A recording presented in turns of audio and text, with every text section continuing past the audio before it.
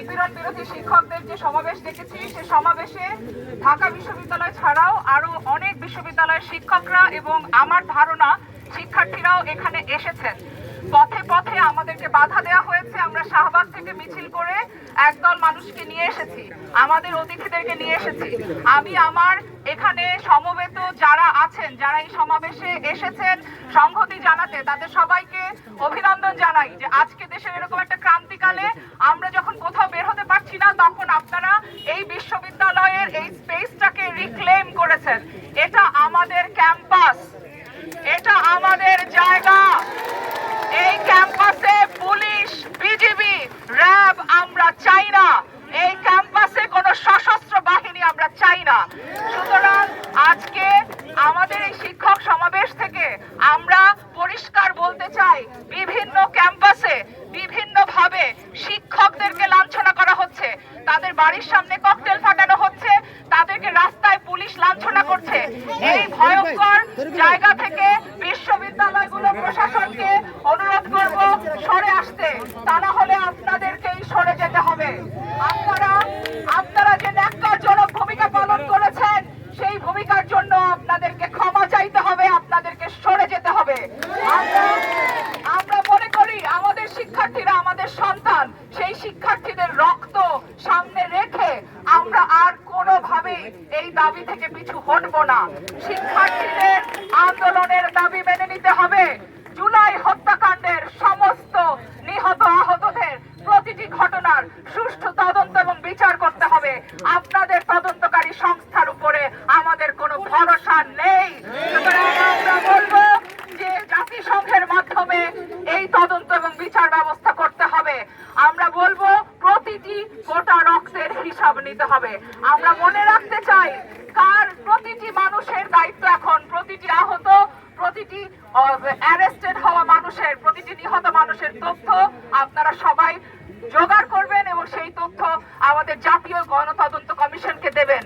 আমরা আজকে শিক্ষার্থীদের যে দাবিগুলো আছে, সেই প্রতিটি দাবির পক্ষে আমাদের সংহতি ব্যক্ত করি এবং আমরা চাই শিক্ষার্থী আন্দোলনকারীদের দাবিগুলো এখনই মেনে নিতে হবে। 6 সমন্বয়ককে ডিবি অফিস থেকে ছেড়ে দিতে হবে এবং তাদের নিরাপত্তা সরকারকে এবং রাষ্ট্রকেই দিতে হবে, ঠিক যেমন ভাবে আমাদের নিরাপত্তা সরকারকে এবং রাষ্ট্রকে দিতে হবে। এবং আমাদের আজকে আমরা শিক্ষার্থীদের দাবির সাথে মিলে আমরা আজকে শহীদ মিনারে শহীদদের জন্য আমরা পুষ্পস্তবক অর্পণ করব। আমাদের আর কোনো কথার দরকার নেই। আমরা এই ক্যাম্পাসের রাস্তায় হেঁটে হেঁটে মিছিল করে করে আমাদের ক্যাম্পাস আমরা রিক্লেম করব। আজকে আপনাদের সবাইকে আমাদের এই এরপরে আমরা হয়তো আর কথা বলবো না, আর কথা বলারও কিছু নাই।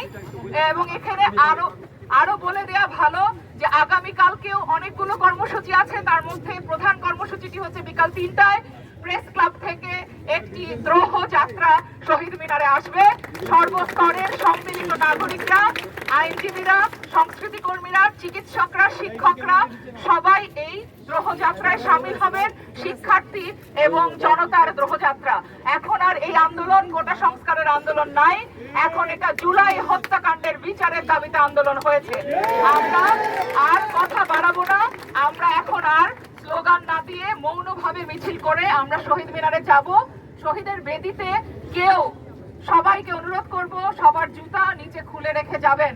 শহীদ মিনার যদি অপরিচ্ছন্ন হয়ে থাকে কিছু এসে যায় না, এটা শহীদদের বেদি। আমরা জুতা খুলে শহীদ বেদিতে উঠবো, কোনো স্লোগানের প্রয়োজন নেই। আমরা এখন নীরবে শহীদ মিনারে যাব। আমরা সেখানে দাঁড়িয়ে 1 মিনিট নীরবতা পালন করব।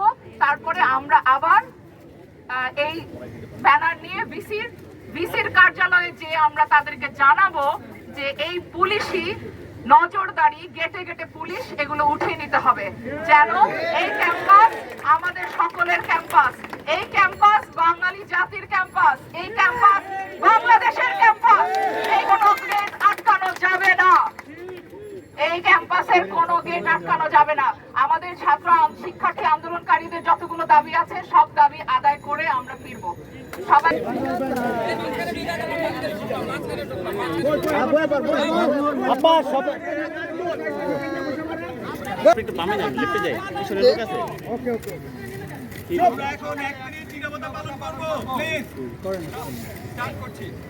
শুরু হচ্ছে।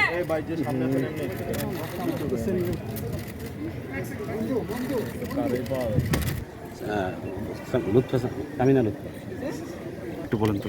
ডক্টর সামিনা লুৎফা। ডক্টর সামিনা না না কিছু সমস্যা না। সমস্যা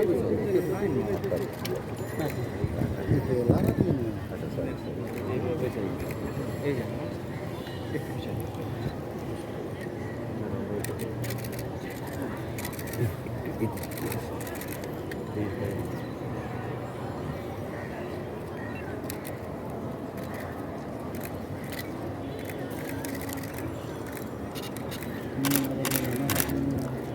একসাথে দিলে হ্যাঁ একসাথে সবাই রাখবেন ম্যাম ঝুঁকে। মামা মামা পিছে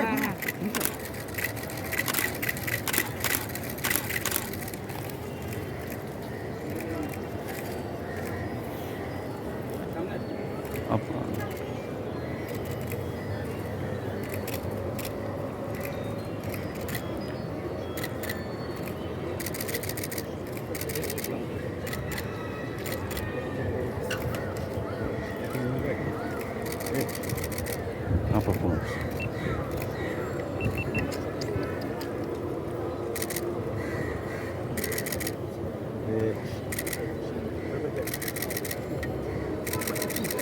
Baik, itu mobile itu baik itu. Apa itu?